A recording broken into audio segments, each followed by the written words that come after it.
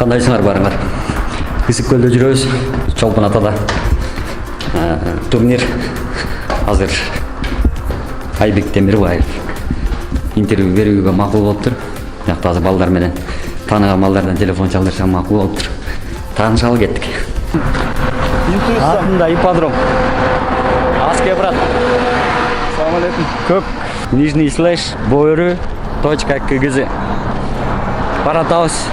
Айбек Темирбаевтан интервью алганы. Ушул жакта бир гостиницада жайгаштыр достук командасы шақырып баратабыз.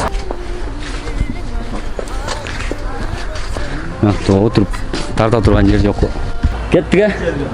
Аз береле ушундай эле. Саламатсыздар урматтуу YouTube'дагы көрүүчүлөр. Кезектеги маек көпчүлүгүңөр комментарийде ушундай пикирлер калтырып турсуңар. Достук командасынан Айбек Темирбаев менен интервью кылчу деп. Сизди көбү деле эмени таанышкысы келет окшойт. Баягы оюнуңузду көрөт, тааныбайт. Айбек Темирбаев мынакей бизге интервью берүүгө макулдугун берип отурат. Айбек мырза, саламатсызбы? Кандай даярдыкта алгач турнирден эле баштайлы? Оюндарыңар кандай жүрүп атат? Команданын абалы кандай? Жеке өзүңүздүн абалыңыз кандай? Даярдык жакшы. Бизге июлдун 29-30-унан баштаганбыз. Техника дагы ынтымак командасы менен финалда ойнойбуз. Даярдык жакшы. Даярдыктарыңар жакшы кудай буюрса. Жакшы. 9-майга салыштырмалуу эми Норуздагы абалыңар сурабай эле коелу. Ал эми өзүнчө бир трагедия болду окшойт достук командасы үчүн. 9-майга салыштырмалуу азыркы абалыңарды кандай деп баалайт элеңер? 9-май дагы эле состав. Ушундай эле дейм.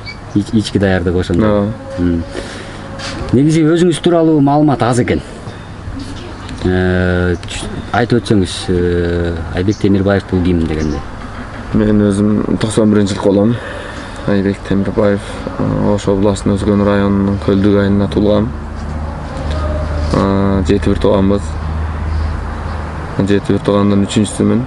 3 уул, 5 кыз. 11-де бүтүп армияга баргам, службага. Андан ошо айылдамын. Көкбөрү жашман эле кызыгат элем эмес Көкбөрүгө. Достук куралганда дагы келип тарткан башында. Бирок результат болбой тарткан эмесмин. Андан кийин кайтара былтыр келдим. Сиз ошо былтыр келгенге чейин каякта ойноп жүрдүңүз? Негизи атыңыз көп чыкчу эмес экен да? Айылда Көлдүк деген команда бар, ошо Көлдүктө. Областтык деңгээлде ойночубуз ошо областында. 5-5 же аламан? 5-5, анан аламанда тартам. Эми ошто Ноорузда эле келип тартчубуз, анан айылда 5-5 Көкбөрү тартабыз айылда дагы. Ошо тез чыгам да. Достукка кайра кандай кошулуп калдыңыз? Былтыр кошулдуңуз, э? Кошулганча достук чемпионаты өттү. Ошто. Ошондо Көлдүк командасы болуп киргенбиз өз айылдагылар. Ошондо мына жактан неме менен айдын барган экен. Ошо айдын минип калгам мен. Ким? Мына Бөрүлү командасынан барган Байгашка деген. Ошо айдын минип Мирлан Сыраждинов барган экен. Ошондо биздин командада ойногон Мирлан Сыраждинов. Ошондо ошо атты минип анан oyun жүрүшүп кеткен. Андан мурун айдын чыкчу эмесмин. Oyun жүрүшүп кетип анан ошондон достук командасына келдим. Достук командасына келгенде дагы ошо бир эле турнир айдын чыккам. Анан бул жерде мурунку чапкан балдар көп нерсени үйрөттү. Атын атап кетсем Белек Мукаев көп тажрыйбаларды үйрөттү мага. Негизи Белек Мукаев бул командада баягы трансфер, тренер ушундай эле болуп кетет окшойт анын функциясы. Бар, көп нерселерди өзүндө болгон нерселерин үйрөтөт. Мынакей, сиз Көкпетти минип калдыңыз, э? Келип Көкпетти миндим. Көкпет тууралуу өзүңүз бир мындай мүнөздөмө берип өтсөңүз. Көкпет өзү кичинекей ат, өзүңүздөр деле билесиздер. Анан өжөр ошо атына ылайык да Көкпет да өзүчө.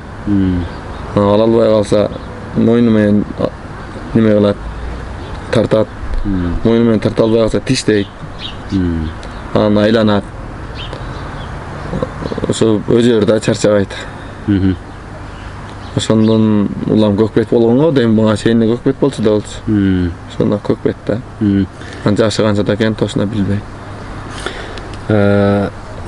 Негизи көкпет баягы ортодон баягы силердин принципиалдуу соперниктериңер ынтымак да. Көп нерсечи баягы финалда ошолор менен кармашып болуп атпайсыңбы? Ортого келгенде Ахиллес Геркулеске көпчүлүк учурда алдырып коет. Баягы анан айтып калышат. Айбек Темирбаевдин жардамы менен эле баягы ортодон алып кетип атышты депчи. Ошол Ахиллес Геркулес менен көкпетти тирештиргенде сиз кандай баягы абалда болосуз?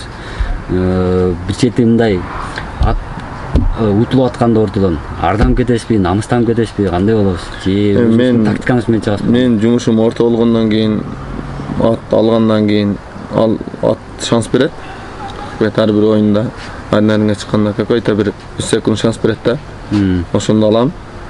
Анда ала албасам, уже ат ала албагандан өзүм аракет кылам. Анча-мынчасы оң келип кетет, анча-мынчасы оң келбей калат. Сиздин бул карылуу жагыңыз, билегиңизди, күчүңүздү көп макташат да, көрөрмандарчы. Анан бул тукумдан калганбы, же өзүңүз дагы ошо силовой жактан мындай айтканда машыгып да жүрдүңүзбү? Бул күч билбейм, андай деле күчтүү эмесмин. Айылда кыра жумуш кылам көбүнчө. Анан кышы менен көкбөрү тартам, аламанлык чыгам. Анан постоянно аттын үстүндөмүн. Бияка келгенде дайынданабыз. Машыгып. Негизи улактан тышкары эмне жумуш менен адеттенесиз? Ошо мал чарбачылык. Өзгөндө эле. Үйдө ата-энем колунда. Достукка контракт ойноп атасызбы? Же кандай? Достукка контракт эле эмес. Мындай эле келип тартам. Ыраазычылык. Команданын жетекчилери өздөрү эле ыраазы. Ошондой. Богу Нооруз 9-май турниринде ошо көлдө болгончу. Нооруздан кийин да. Сизди командадан бири кетет, өзү кеткен атыптыр деген да сөздөр чыгып кетти да. Бул эмнеден чыкты? Канчалык чын ошо? Онда ошондой болуп аткан. Мен айылда жумуштарым аябай мал менен жумуш кылабыз. Ошо мал карап, жазда туут башталып калып, анан кечирээк келип калдым. Анан бир чети барып эле койсомбу деген ой кетти. Анан келдешкенден кайра келдим. Кантип ошондой ой кетти деп атам да. Сиз 9-май чоң турнир экенин билесиз. Эми анын же мал мындай алдай учурда маанилүү болуп кетти. Жок, эми алдында үйдө ата-энем мугалим. Анан өзүм жумуш кылган үйдө мен, келинчегим бар. Анан ошо туут мезгил болуп аткан жылкыларды. Кыскасы ошол эле үй бүлөлүк эле жумуштарбы же достуктун ичинде бир ыйкытык болуп кетти? Достуктун ичинде ыйкытык жок, ошол эле. Ошондон эле. Анан үйдөгүлөр дагы жаным ортун эмне кыласың барбай эле кой дегендей кылышкандан. Үйдөгүлөр кандай карайт ошо сиздин көкбөрүгө барышыңызга? Жашында атам деле улакташчу. Анан атам аттарын карап жүрүп мен дагы ошо жашыман кыялданчумун да улак тартам депчи. Ошо менен улакчы болдум, эми атамдардын көз карашы түз эле азыр. Түз эле. Негизи контракт сунуштап башка командаларда чакырса барат белеңиз? Билбейм, аны алдын ала бир нерсени айтыш кыйын го. Көр кеп уктум. Айбек Темирбаев келаткан жылдан баштап жаш күчкө чабат экен деп уктум. Канчалык чындыгы бар? Сөз чыктыбы ушундай? Сунуш келдиби? Сунуш пока келди, эми Нооруз турнири келе берсин. Не болот, не жок аманчылык болсо. Же достукка, же жаш күчкө тартабыз. Негизи ошондой сөз болгон экен да бир плакатланда. Ошондой чыгып атат, эми дос неме жаш күч командасынын сунуш кимден келди? Жетекчиси. Жетекчиси. Жетекчисинен сунуш келген жок, ол менин өкүл атам да. Ким деген киши? Акыл. Андан эле сунуш келбеди, өзүмчө ушундай ойлор бар да. Акылбай жана Баткен федерациясынын жетекчиси да, өкүл атаңыз көп келет. Өзүңүздүн канча балаңыз бар? Үй бүлөлүк тууралуу. Мен өзүм бир кыз, бир уулум бар. Ошо. 9 Жок, Ноорус турниринде силер ынтымак 6-1 утулуп калдыңар. Эми бул аябай мындай чыңалган күткөн 1 жыл бою күткөн турнир болчу да. Ооба, силердин баягы актанууңар да бар болчу, командаңардын жарымысы Арабияга кетип калды, аттарыңар да эмес болуп калды. Бирок ал жакта кандай гана баягы шултоо болбосун, акыркы чекит 6-1 деген эсеп болуп калды. Кандай намыстандыңар? Эмне болду? Уктабай жүрдүңүзбү? Эмне болдуңуз? Тамак жебей жүрдүңүзбү? Мында бул спорт да бир команда спорт бай. Сиздин ички сезимиңизди билгим келип атат ошондон кийинчи. Бул убакта ички сезим андай деле билинбейт, мага ошо как раз марттын 20-сында булду болгом. Андай деле мага неме болбоду, сезилбеди. Сиз өзүнчө Арабия болуп турсуңар да. Мынакей, ал эми 9-майда кайра утуп алдыңар 1-0. Анда ал сезим кандай болду? Бул мага андай деле билинбейт экен. Толкундандык, сүйүндүк, бирок спортта бирөөсү жеңет да. Жеңгенден кийин жеңилгенди да билиш керек дейт ка. Баягы чемпион болсаңыз кандай кабыл алды ошо 9-майда? Чемпион болуш оңой, чемпиондукту кармаш да кыйын деп коет го. Мен сразу эле кийинки турнирди ойлогом. Кийинки турнир кандай болот экен деп. Эми жеңилген команда кийинкиге сөз мыкты дайындалышат да. Бул эртең кандай болот билбейм. Өзгөнгө барганда жакшы эле кабыл алышты. Эми утуп барганда, конечно, жакшы кабыл алышат да. Айылга барганда да баары жылы сөз менен тосуп алышат. Ал эми 21-мартта кандай кабыл алышты? Башыңызды салып келдиңиз. Айткан окшойт да бир нерселерди. Жок, эми баары бетиңизге айткан жок да, бирок айткан жок. Баары сөз болот да эми. Соцсетти колдоносуз да, Инстаграмда. Ооба. Ошол жакта комментарийлерди, ар кандай сөздөр, эми азыр фильтрлеш деле кыйын болуп калды. Ошо бир жаман сөздөр айтылып калса аркы берки мындай кабыл аласызбы эмнелерди? Эми анча-мынча да жаман сөздөр жазылып калган көп кирип окубайм, бирок редко окуп калам да. Окуп калганда кече эле айдын-айдынга чыккандан кийин жекеме-жеке чыккандан кийин ушундай бирөөлөр неме кылды, анан сүйлөп бер дегенде сүйлөп бердим. Анан ошону көрүп атып эле бирөө алдына жазып ийиптир. Айбек былжырак депчи, же былжырабай кетчи деп ушундай комментарий баягы.